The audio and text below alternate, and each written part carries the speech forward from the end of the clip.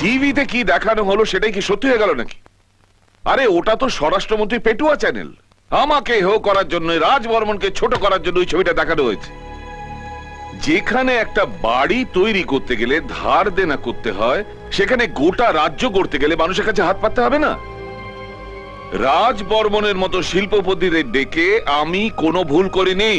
একটা কথা জেনে রাখুন, আজ যদি রাজ বর্মন চলে যায়, সোনার বাংলা গড়ার কাজ এখানে শেষ। সোনার বাংলা হবে। যে দেশের লোক লড়াই করে স্বাধীনতা আনতে পারে, তারা সোনার বাংলাও গড়তে পারে। আর এর জন্য নিজেকে বিকিয়ে দেবার কোনো প্রয়োজন নেই। কিন্তু অর্থমন্ত্রী তো বলেছেন যে রাজ্যে রাজবর্মনের মতো শিল্পপতিদের ডেকে এনে উনি কোনো ভুল করেননি। চোখে আঙ্গুল দিয়ে দেখিয়ে দেবো ওনার ভুলগুলো কি। নিজে তো বিক্রি হয়েছেন, এবার রাজ্যটাকেও পাল্লায় তুলছেন, আর তার প্রমাণ সবার সামনে। যদি সাহস থাকে তো আমার মুখোমুখি হোক, স্বরাষ্ট্রমন্ত্রী হয়ে নয়, একটা সাধারণ মানুষ হয়ে ওনাকে কতগুলো প্রশ্ন করব। যদি সঠিক জবাব পাই তাহলে বুঝবো আমি ভুল, মন্ত্রিসভা ছেড়ে দেব। অর্থমন্ত্রীকে চ্যালেঞ্জ জানালেন স্বরাষ্ট্রমন্ত্রী, আর আমরা জানালাম তাকে আমন্ত্রণ স্বরাষ্ট্রমন্ত্রীর মুখোমুখি হওয়ার জন্য। এখন দেখা যাক যে উনি স্বরাষ্ট্রমন্ত্রীর চ্যালেঞ্জ আর আমাদের আমন্ত্রণ গ্রহণ করেন কিনা। মিডিয়াকে নিয়ে আমার পিছনে লেগেছে। ওই মেয়েটাই যে সর্বনাশী, ওইভাবে রণদেবদাকে খেয়েছিল, আপনাকেও খাবে। একদম যাবেন না। একবার যদি আমি বুঝতে পারতাম ও হিডেন ক্যামেরা বসিয়ে রেখেছে, আমি তখনই ওকে শেষ করে দিতাম। তারপরেও তো চান্স পেয়েছিলেন, কিছুই তো করে উঠতে পারেননি। আপনার বাড়িতে তো এসেছিল, যে ছবিটা তুলেছিল সেটা আপনার সঙ্গে বসে বসে টিভিতে দেখেছে।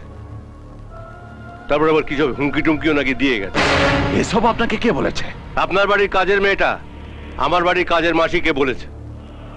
আমি আর জানবো কি করে? আমি যাব, সবার সামনে ফাটাকেষ্টর ওই উঁচু মাথা আমি হেড করাবো। যাবেন? ভোগে চলে যাওয়ার চান্স আছে কিন্তু। আপনাদের মূরত আমি দেখলাম, আমার কোনো কাজে এলেন না। ঘরে বসে থাকুন, ঘরে বসে থাকুন। আমি যদি আপনার কাজে না এসে থাকে, আপনি আমার কোনো কাজে লাগেননি মিস্টার বর্মন। আপনার মূরত আমার জানা হয়ে গেছে। বলুন বাবু। আপনি আপনার খেলা খেলুন, আমি আমার খেলা খেলব। কাল রাতে আপনি যেটা পারেননি, আমি সেটা টিভিতে করে দেখাবো। ফাটাকেষ্টর চালে আমি ওকে মারব, আর সেটা গোটা রাজ্য টিভিতে দেখবে। কিছু বলার আগে আপনার কথাটা আপনাকে মনে করিয়ে দিতে চাই। আপনার প্রশ্নের জবাব পেয়ে গেলে আপনি মন্ত্রিসভা ছেড়ে চলে যাবেন। এবার বলুন, কি জানতে চান? কিছুদিন আগে আপনি একটা স্টেটমেন্ট দিয়েছিলেন, যারা ট্যাক্স ফাঁকি দেয় তারাও এক ধরনের চোর। এখনো সেটাই বলছি, কারণ ট্যাক্সের টাকাটা উন্নয়নের কাজেই লাগে। গত বছর ট্যাক্স বাবদ সরকারের ঘরে জমা পড়েছিল 26,000 কোটি টাকারও বেশি। সরকারি লোন পেয়েছিলেন 20,000 কোটি টাকারও বেশি। তারপরে উন্নয়নের জন্য বাইরের লোকের কাছে হাত পাততে হয়। তাহলে টাকাটা গেল কোথায়? ট্যাক্স ফাঁকি দিলে সাধারণ লোককে আপনি চোর বলেন, আর ট্যাক্স দেওয়ার পর উন্নয়ন না হলে তারা আপনাকে কি বলবে? মিস্টার হোম মিনিস্টার, ফাটাকেষ্ট, গুন্ডা ফাটাকেষ্ট। 8 কোটি সাধারণ মানুষের একজন, আর সেই সাধারণ মানুষ ফাটাকেষ্ট আপনার থেকে জানতে চাইছে বাইরে থেকে বিজনেসম্যানদের এনে তাদের সব রকম ছাড় দিয়ে জামাই আদর করছেন, আর এখানে একটা বেকার ছেলে লোন নিয়ে ফুটপাতে পানের দোকান করলেও আপনারা তার উপর ট্যাক্সের বোঝা চাপিয়ে দেন। লাভের 2700 কোটি টাকা বিদেশি ব্যাংকে জমা হচ্ছে, আর দিনের শেষে সেই পানওয়ালা 27 টাকা 4 আনা তার বইয়ের হাতে তুলে দিচ্ছে। এখন একটা বাচ্চাও জানে জন্মাবার আগে ট্যাক্স দিয়ে মায়ের পেট থেকে বেরোতে হয়, কোনো ছাড় নেই। রাজ্যের লোক দেখছে তো, তাই হিরো সাজতে চাইছেন। বখাটের স্বামী রোজগারের টাকাটা স্ত্রীর হাতে তুলে দিয়ে খালাস। একবারও হিসেব করে দেখে না ওই টাকায় সংসার চলবে কি করে। যে সংসার চালায় সেই বোঝে। আপনি হলেন সেই বকাটের স্বামী যে শুধু হিরোগিরি করে বেড়ায়। সংসার না চললে স্ত্রী স্বামীকে জানাবে। টাকার জন্য পর পুরুষের কাছে হাত পাতবে না। ঠিক আছে, জানাচ্ছি আপনাকে। বাজেটে 4,000 কোটি টাকা ঘাটতি। দিন আমাকে সেই টাকাটা। 2-4টে পুলিশ অফিসারকে বরখাস্ত করে গুন্ডা পিটিয়ে খবরে আসা যায়। একটা রাজ্যের হেসেল চালানো অন্য জিনিস, শুধু ফাঁকা বুলিয়া উড়ে খবরে আসতে চান? ফাটাকেষ্ট খবর দেখে না, খবর পড়ে না, খবর তৈরি করে। আমি শুধু একটা জিনিসই জানি, মন্ত্রীরা পাবলিকের বাপ নয়, পাবলিক সার্ভেন্ট। আর কাজের লোক যদি ঠিকঠাক কাজ না করে তাহলে চাকরি খালাস। দিন গুনে বলে দিচ্ছি, 4,000 কোটি টাকার ঘাটতি আমি 7 দিনে পূরণ করব। 4 আনাও ঘাটতি থাকবে না। আর এর জন্য বাইরের কোনো লোকের কাছে হাতও পাতবো না, এটা ফাটাকেস্টর গ্যারান্টি। কিন্তু তার আগে আপনাকে এই দপ্তর ছাড়তে হবে। অর্থ দপ্তরটা পেটো বাঁধা হাতের কাজ নয়। তার জন্য অর্থনীতির অ আ কখটা জানতে হয়। আপনি তো অ আ ক খ শেষ করে চন্দ্রবিন্দু চাঁদ দেখে ফেলেছেন, তারপরেও আটকে রইলেন উন্নয়নের উতে, একটুও এগোতে পারলেন। আমি নয় হারিকেনটা নিয়ে একটু দেখি না বাকি অক্ষরগুলো খুঁজে পাই কিনা। বলুন, আপনি রাজি?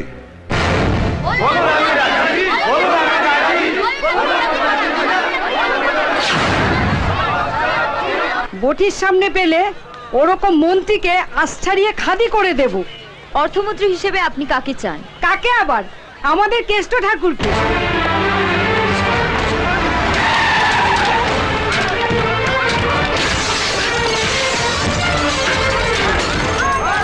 এই অবরোধ কোনো সরকারের বিরুদ্ধে নয়, এই অবরোধ একজন মন্ত্রীর বিরুদ্ধে, যিনি নিজে চুরি করে আমাদেরকে চোর বলছেন। ওনাকে সরিয়ে আমরা ফাটাকেষ্টকে চাই। দেখছা মাতাল, তালে ঠিক, চেয়ারে মন্ত্রী, লাইন বেঠিক। নতুন মাল চাই বল, না হলে অবরোধ উঠবে না আর নেশাও হবে না। নমস্কার, চল। মন্ত্রিসভার রদবদল করা ছাড়া আমাদের সামনে আর অন্য কোনো পথ খোলা নেই। আমার মনে হয় আপৎকালীন ব্যবস্থা হিসেবে স্বরাষ্ট্রমন্ত্রীকে 7 দিনের জন্য অর্থমন্ত্রীর দায়িত্ব দেয়া হোক। এটা মনে হয় আপনি বাড়ি থেকে ঠিক করেই বেরিয়েছিলেন। বাড়ি থেকে বেরিয়েই যদি দেখতে হয় আপনাকে সরানোর জন্য রাস্তা অবরোধ হচ্ছে, মিছিল বেরোচ্ছে, তাহলে তো সিদ্ধান্তটা বাড়ি থেকে ঠিক করেই বেরোতে হয়।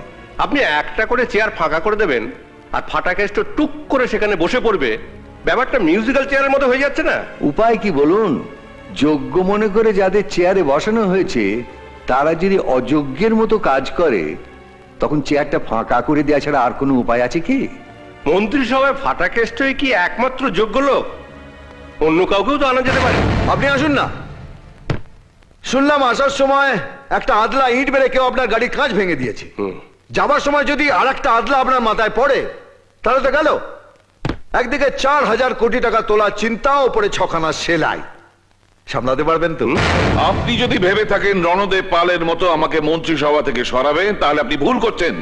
মন্ত্রিসভাতে আমি সেকেন্ড ম্যান, আপনার পরেই, এবং ক্ষমতা তো তাই। পারফরমেন্স খারাপ, আপাতত 12 ম্যান হয়ে যান, বেঁচে যাবে। না হলে রাস্তাঘাটে যা দেখলাম, পাবলিক আপনার চাকার হাওয়া খুলে দেবে। আমি নিজের মত সরকারের উপর চাপিয়ে দেব না। মেজরিটি যেটা ঠিক করবে সেইটাই হবে। এবারে আপনারা বলুন, স্বরাষ্ট্রমন্ত্রীকে কি 7 দিনের জন্য অর্থমন্ত্রীর দায়িত্ব দেয়া হবে?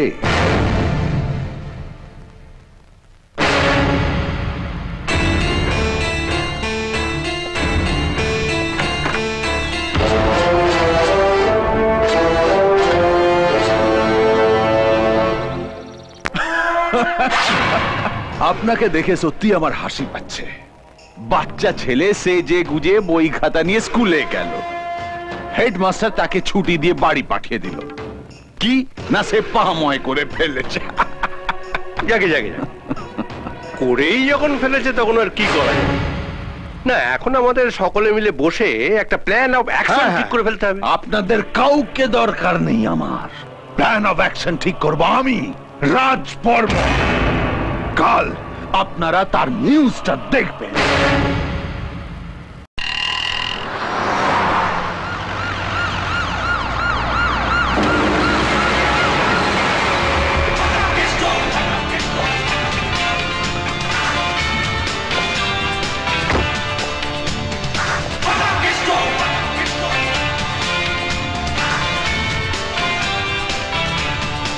এত দেরি করলি কেন?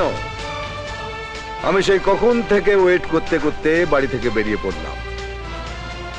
নতুন মন্ত্রী হিসেবে শপথ নেব, আর শপথ বাক্য পাঠ করব না তা কখনো হয় নাকি? পাবলিক মানবে না। আয়।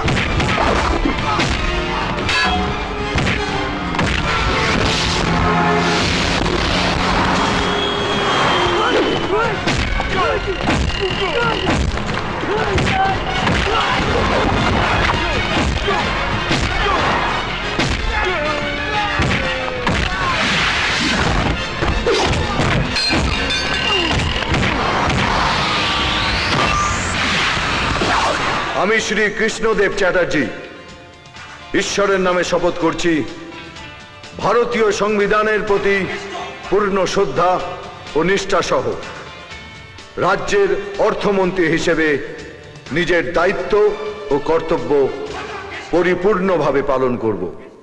তোমার কাছে এই লড়াইটা আরো কঠিন কৃষ্ণ। স্বরাষ্ট্রমন্ত্রী হিসেবে তোমার মতো একজন লোকই আমার দরকার ছিল, যে সাপুড়ে হয়ে সাপের ঘর ভাঙবে, কিন্তু এখানে ঘরামি হয়ে তোমাকে মানুষের ঘর গড়ে দিতে হবে। আমি জানি স্যার, স্বরাষ্ট্রমন্ত্রী হয়ে যেটা করতে পেরেছি অর্থমন্ত্রী হয়ে সেটা করতে পারবো না। তাই আমি দুটো মগজ আমার সঙ্গে রেখেছি। মানসী মুখার্জি ইকোনমিক্সে ফার্স্ট ক্লাস ফার্স্ট, আর অ্যাডভোকেট বিশ্বনাথ বসাক। আমরা হলাম কাজ, সততা আর মনুষ্যত্ব, আর এই তিনটে জিনিসই গড়ে তুলবে সোনার বাংলার ভিত। এবং এদের সঙ্গে থাকবো আমি, চৈতালি রায়, এক সহযোদ্ধা, যে মানুষের সামনে তুলে ধরবে সোনার বাংলার ছবি। আমার আশীর্বাদ রইল তোমাদের সঙ্গে। জয়ী হও।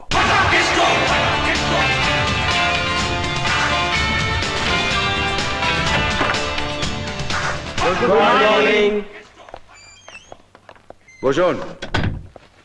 গুড মর্নিং না ব্যাড মর্নিং সেটা আমার কথা শেষ হওয়ার পর বোঝা যাবে।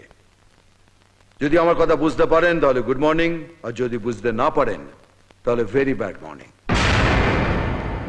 আপনারা এই রাজ্যের দায়িত্বশীল মন্ত্রী এবং আমলা, আপনাদের উপর রাজ্যের এগিয়ে যাওয়া নির্ভর করছে। এতদিন ধরে তো সরকার খোলভুসি খাইয়েছে, এবার 7 দিন ধরে দুধ দুইবে। সমস্ত দপ্তরের ব্যালেন্স শিট মানে জাবডা খাতা 1 ঘন্টার মধ্যে অর্থ দপ্তরে জমা করতে হবে। এত তাড়াতাড়ি ব্যালেন্স শিট দেওয়া অসম্ভব, সময় লাগবে ভাই। সবার সঙ্গে যোগাযোগ করতে হবে, সবাইকে নিয়ে বসতে হবে, সবকিছু খতিয়ে দেখতে হবে। কোথায় কি ঘাবলা আছে ঢাকতে হবে, যোগ বিয়োগ বাঁ দিক ডান দিক সব দেখে উত্তরের জায়গায় লিখতে হবে। সব কুছ ঠিক হ্যায়। সময় তো লাগবেই। কিন্তু আপনার এই ছোট্ট ভাইয়ের কাছে এত সময় নেই বর্দা। বিশ্বনাথ বাবু, স্যার, সকাল 8টার মধ্যে প্রত্যেকটা দপ্তরে ফ্যাক্স পৌঁছে গেছে। সকাল 9টার মধ্যে কাজ শুরু হয়ে গেছে। 10টার মধ্যে ফাইল আপনাদের প্রত্যেকের টেবিলে পৌঁছে যাবে।